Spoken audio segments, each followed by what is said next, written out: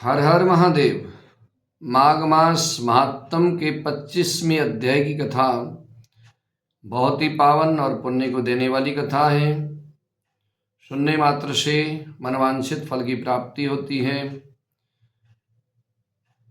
उसके उपरांत पिशाच कहने लगा कि हे मुनि, केरल देश का जो ब्राह्मण था किस प्रकार से मुक्त हुआ, स्ववृतांत मुझे सुनाइए। तो देवदूती कहने लगी कि हे पिशाच, केरल देश में वसु नाम का एक वेद तथा वेदांत का पारंगत ब्राह्मण रहा करता था। उसके बंधुओं ने उसकी भूमि छीन ली। उससे वे अति निर्धन दुखी होकर के अपनी जन्मभूमि को त्याग करके इधर से उधर फिरता हुआ, एक से दूसरे देश में घूमता हुआ, अंत में विंध्याचल पर्वत पर जाकर के रहने लगा। वहीं पर उसकी मृत्यु हो गई। उसका कोई संबंधी नहीं था, ना कोई उसका मित्र था। मरणोपरांत उसकी कोई क्रिया नहीं हुई। मरणोपरांत उसके शरीर का कोई क्रिया नहीं हुई, दाह क्रिया भी नहीं हुई। इस प्रकार क्रिया के लोप होने से उसको निर्जन वन में पर्वत की गुफाओं में जाकर प्रेत योनि में रहना पड़ा। वो मरणोपरांत की क्रियाओं के लोप हो जाने से प्रेत योनि को भोगने लगा। शीत ताप तथा भूख प्यास से पीड़ित हुए पिशाच हाहाकार करते हुए रोते हुए वायु के रूप में इधर से उधर घूमता भटकता, कहीं भी उसको सुख और शांति नहीं मिलती। अपने कर्म फल को भोगता हुआ समय व्यतीत करता था। जो लोग हवन नहीं करते, गोविंद का पूजन नहीं करते, कभी नारायण के नाम का जप नहीं करते, तीर्थ में नहीं जाते, कभी दीन दुखियों की मदद नहीं करते, ऐसे कर्महीन पापियों को नरक में जाना पड़ता है या ऐसे जीवों को प्रेत योनि में जाना पड़ता है।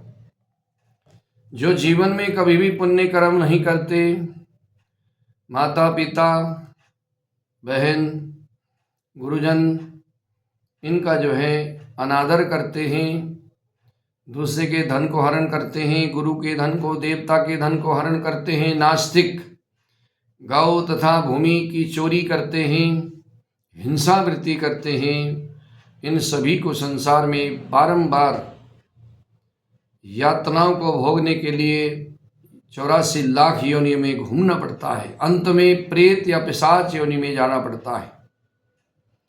इस तरह से निषिद्ध कार्यों को छोड़ करके धर्म यज्ञ दान तप करना चाहिए, पुण्य कर्मों को करना चाहिए, देवताओं की पूजा करनी चाहिए, गौ की सेवा करनी चाहिए, किसी को कटु वचन नहीं बोलना चाहिए, माता पिता की सेवा करनी चाहिए। इस प्रकार से धर्मोपदेश सुन करके केरल का ब्राह्मण जो उस पर्वत पर काफी समय व्यतीत करके वहां रह रहा था, एक दिन एक राहगीर को 2 गगरी त्रिवेणी के जल को लेते हुए जाते हुए देखा।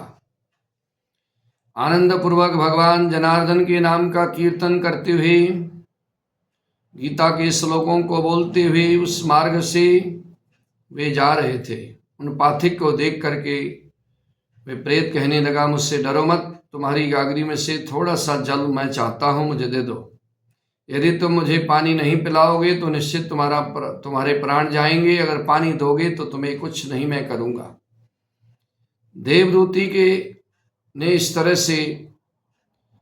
देवदूती बोले कि प्रेत के ऐसे वचन को सुन करके उस राहगीर ने आश्चर्य से पूछा, दुखों से दुखी दुर्बल ऐसे शरीर तुम कौन हो, तुम्हारी ये दशा कैसे हुई? इस तरह से उसने पूछा। उस राहगीर ने उस प्रेत से इस तरह से पूछा तो लोमस जी कहने लगे कि ऐसे वचन सुन करके प्रेत ने कहा कि हे धर्मनिष्ठ, हे धर्मात्मा पुरुष,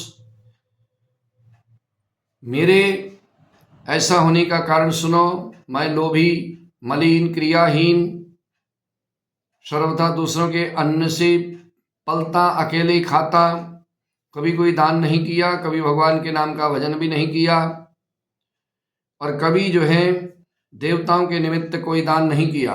इस तरह के मैं पाप करने वाला प्राणी था।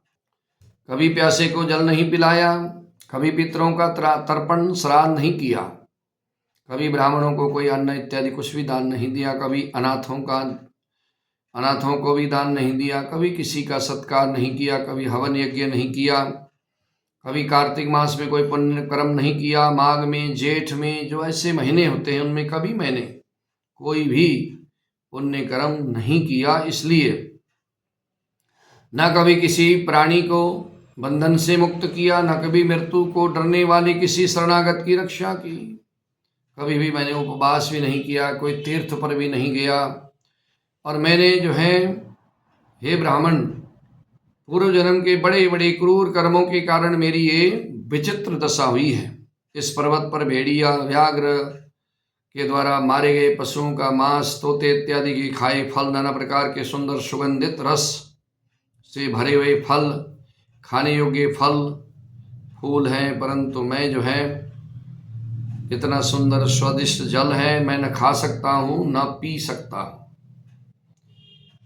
मेरे पाप कर्म ऐसे हैं कि इस पिशाच योनि में ना मैं कुछ खा सकता हूँ ना कुछ मैं पी सकता। बल बुद्धि मंत्र पुरुषार्थ पराक्रम तथा मित्रों की सहायता से मनुष्य सर्वथा अलभ्य वस्तु को भी प्राप्त कर सकता है, जो प्राप्त ना होने वाली वस्तु उसको भी प्राप्त कर सकता है। लाभ हानि सुख दुख विवाह जीवन मृत्यु भोग रोग तथा वियोग केवल भाग्य के ही कारण से प्राप्त होते हैं। रूप अकुलीन, मूर्ख, कुकर्मी, निंदित और पराक्रम से रहित, लूले लंगड़े, रोगी, नीतिहीन एवं गुण रहित व्यक्ति भाग्य से ही राज्य का सुख भोगता है। जिन्होंने तिल, गाय, स्वर्ण, पृथ्वी, सैया, आसन ऐसे वस्तुएं दान की हो, धन, भोजन की सामग्री, चंदन ऐसी वस्तुएं दान की हो, वे जो है वन मार्ग पर्वत के अगले भाग में जो भक्ति में लीन रहते हैं, ग्राम अथवा नगर में ऐसे भाग्यशाली पुरुषों के लिए भोग पदार्थ सहज ही प्राप्त हो जाते हैं। इस तरह से अपने कर्म के अनुसार अन्न जल प्राप्त करते हैं, परंतु आपको उनसे भयभीत नहीं होना चाहिए, क्योंकि धर्मात्मा पुरुषों की पवित्रता की उनकी रक्षा करती है। धर्मात्मा पुरुषों की पवित्रता, धर्मात्मा पुरुषों के कर्म ही उनकी रक्षा किया करते हैं। ग्रह नक्षत्र देवगण पवित्र नदियां सर्वथा उनकी जो है रक्षा करते हैं। ये राक्षस आप जैसे भगवत भक्त को देखकर भी कुछ नहीं कर सकते, भगवत भक्तों को जो है वो देख भी नहीं पाते हैं। जो लोग नारायण की भक्ति में लीन रहते हैं, जो नारायण के मंत्र का जप करते हैं, उनको राक्षस, भूत, प्रेत, पूतना, बेताल, गंधर्व, डाकिनी, शाकिनी, वृद्ध मंडली, यज्ञ, क्रूर, कोई भी दुष्ट जंतु, पवित्र जो जप करने वाले हैं, ब्राह्मण, जो संत, जो साधु संत हैं, उनको जो है आंख उठाकर भी नहीं देख सकते, स्पर्श भी नहीं कर सकते। ये ब्राह्मण, इस प्रकार मैं अपने कर्मों का फल यहाँ पर भोग रहा हूँ, ऐसा सोचकर मैं किसी प्रकार का शोक नहीं करता। एक बार जम्बालिनी नदी के किनारे पर घूमते हुए मैंने सारस से कहे हुए वचनों को सुना था। एक बार घूमते घामते मुझे सारस ने जो वचन कहे थे, वो वचन क्या है, आपको माघ मास महात्म के 26वें अध्याय में सुनाएंगे। इस पावन कथा को सुनने मात्र से प्रेत योनि में नहीं जाना पड़ता, नारायण की भक्ति मिलती है, सुख समृद्धि मिलती है। आनंद कंद भगवान की जय हो, माघ मास महात्म की जय हो।